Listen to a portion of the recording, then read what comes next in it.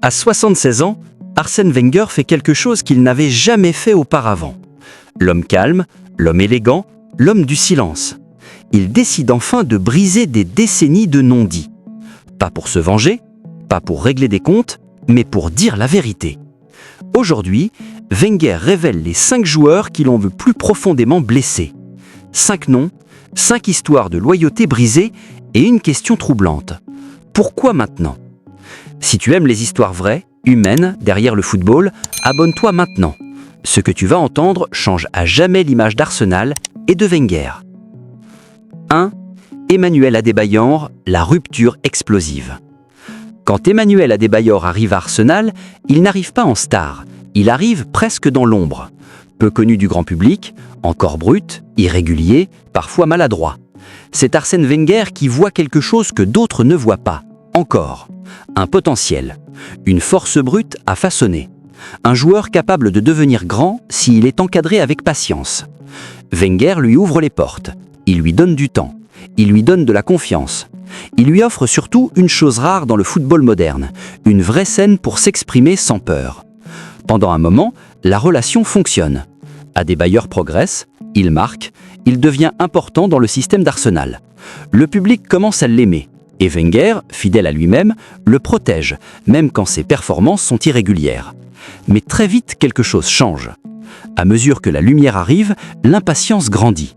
Adebayor ne veut plus seulement progresser, il veut être reconnu, il veut être au centre, il veut sentir qu'il compte plus que les autres. Dans le vestiaire, certains commencent à remarquer son agitation. Des discussions tendues, des regards lourds, des frustrations mal dissimulées. Adebayor veut plus d'argent, plus de reconnaissance, et surtout plus vite. Wenger, lui, reste fidèle à ses principes. Il refuse de flatter les égos. Il refuse de céder à la pression émotionnelle. Pour lui, le collectif passe toujours avant l'individu.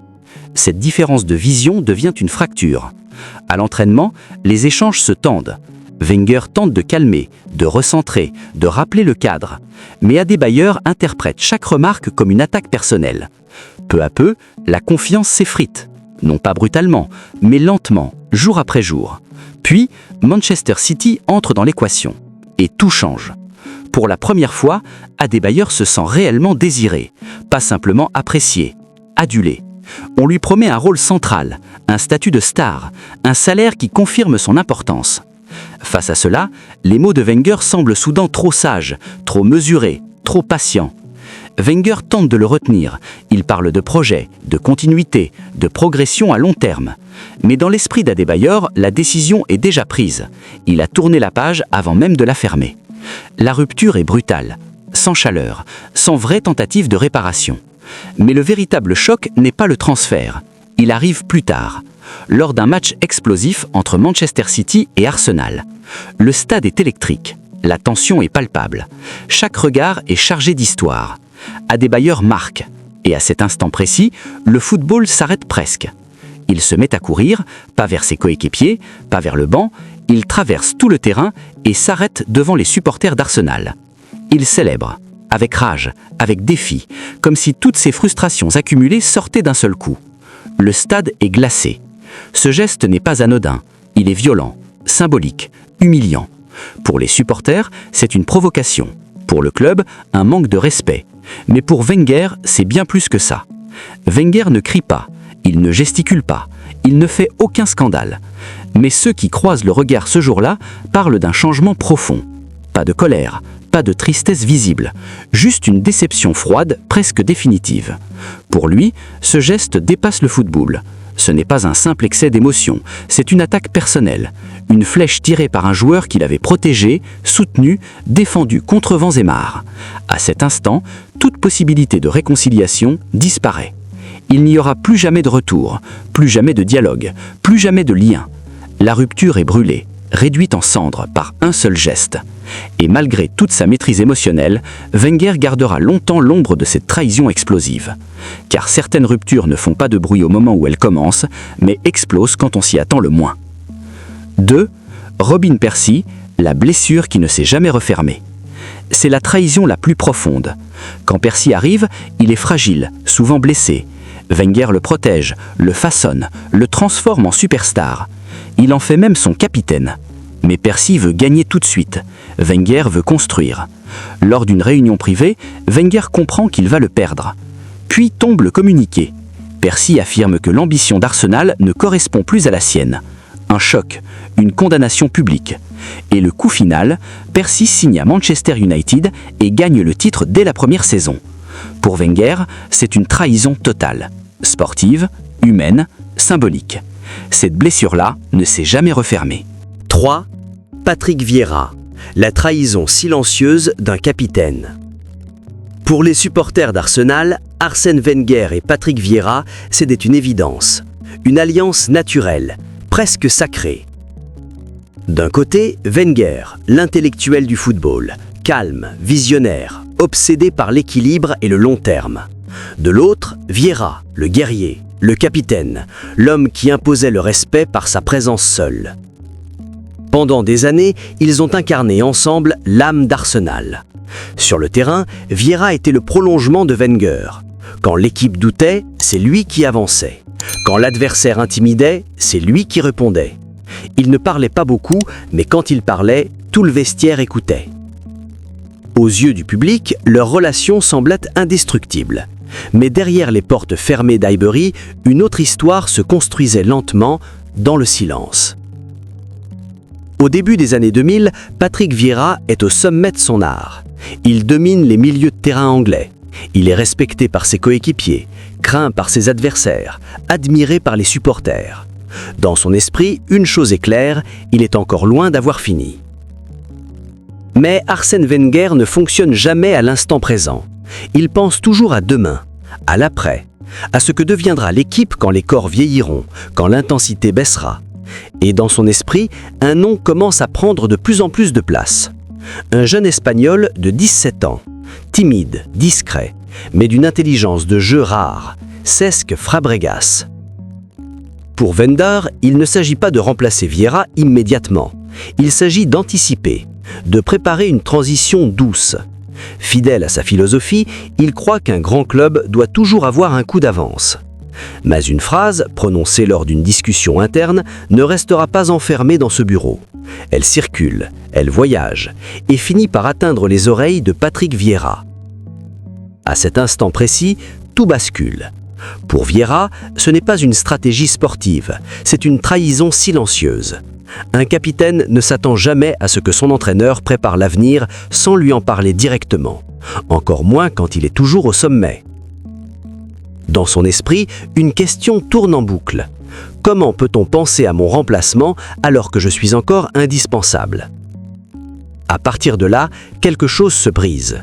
Pas une explosion, pas une dispute, mais une fissure lente, presque invisible.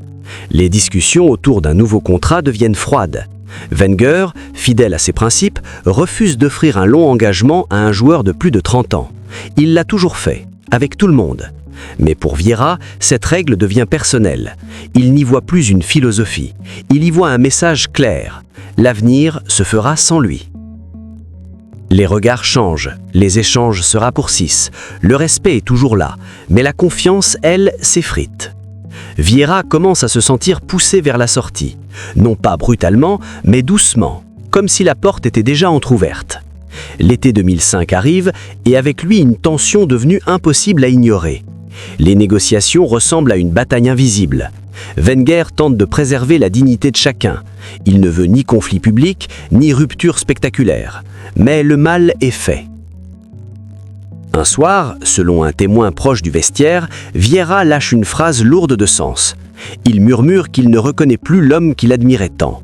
Pas de colère, juste une profonde déception.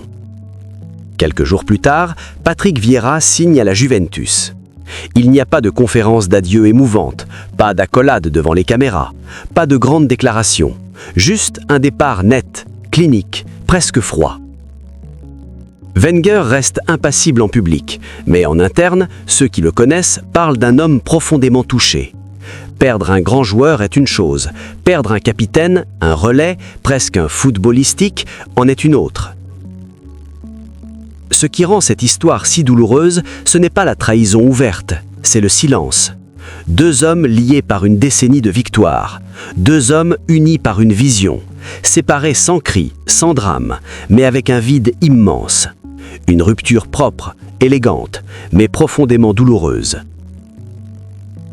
4. Samir Nasri, quand l'ambition écrase la loyauté. Wenger voit en Samir Nasri un futur grand d'Arsenal. Il lui donne liberté, confiance, responsabilité. Mais petit à petit, Nasri écoute de plus en plus l'extérieur, les promesses, les flatteries, les agents. Manchester City arrive avec une offre énorme. Wenger parle de projet, de patience, de fidélité. Nasri, lui, parle de titres immédiats. Puis vient la phrase qui fait tout basculer. Nasri déclare publiquement qu'Arsenal manque d'ambition. Pour Wenger, c'est un coup de couteau, pas sportif, personnel. Nasri part, il gagne des titres, mais laisse derrière lui l'image d'un joueur qui a tourné le dos à celui qui l'avait révélé. 5. Ashley Cole, le coup de poignard inattendu. Ashley Cole pour Wenger, ce n'était pas qu'un joueur, c'était la preuve vivante que son projet fonctionnait. Formé au club, discipliné, talentueux. Puis, en 2005, un murmure circule. Quelque chose ne va pas. La vérité éclate, Ashley Cole a rencontré Chelsea en secret, dans un hôtel, sans prévenir Arsenal. Pour Wenger, c'est un choc brutal. Lors de leur conversation, Cole dit simplement « Je pense à ma carrière ». Une phrase simple, mais destructrice.